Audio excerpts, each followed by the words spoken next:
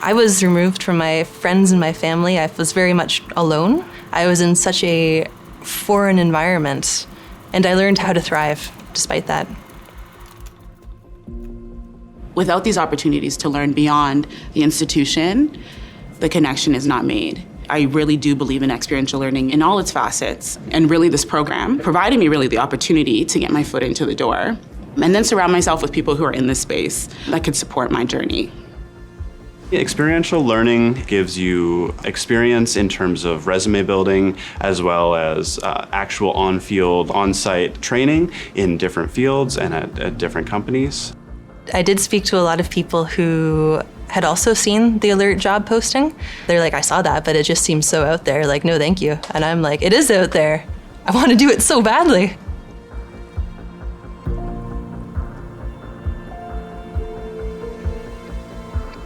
Getting to Alert is an adventure in and of itself. You show up at 2 a.m. at a military station in Trenton, hop on a military cargo plane that takes you at the very northernmost tip of Ellesmere Island.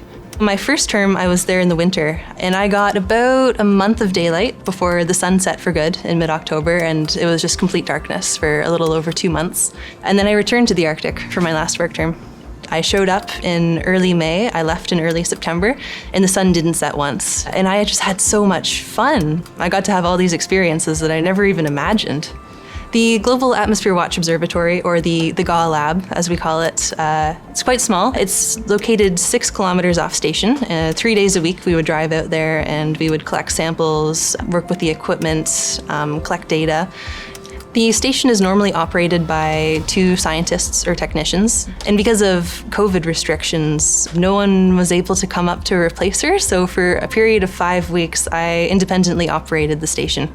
I've been able to finance my education so much more comfortably because each work term will pay for the subsequent school term.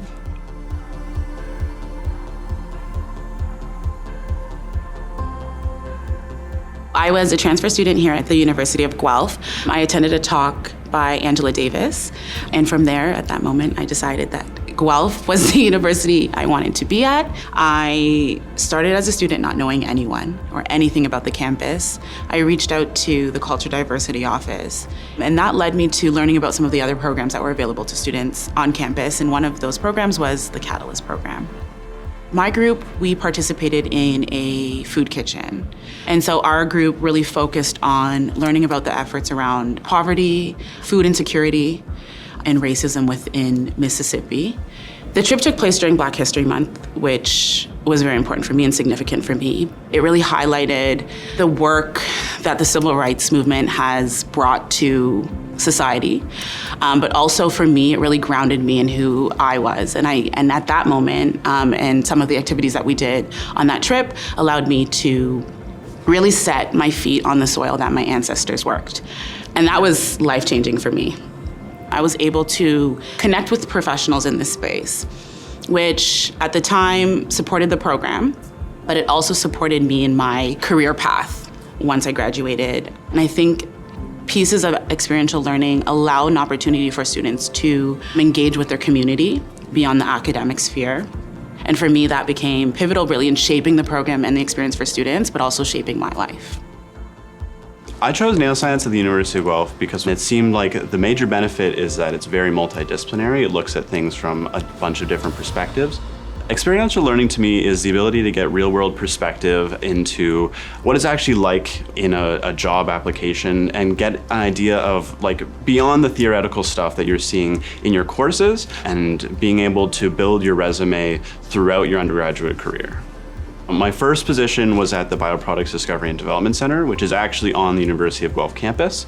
Our work was with plastics, really looking at developing plastics with reduced petroleum dependence. The second co-op placement that I got at the University of Guelph was at Precision Nanosystems, based out in Vancouver, who do a lot of work with vaccine development as well as cancer therapy. We were developing a new delivery technique with these nanoparticles that's currently being patented, so I'm very excited about that.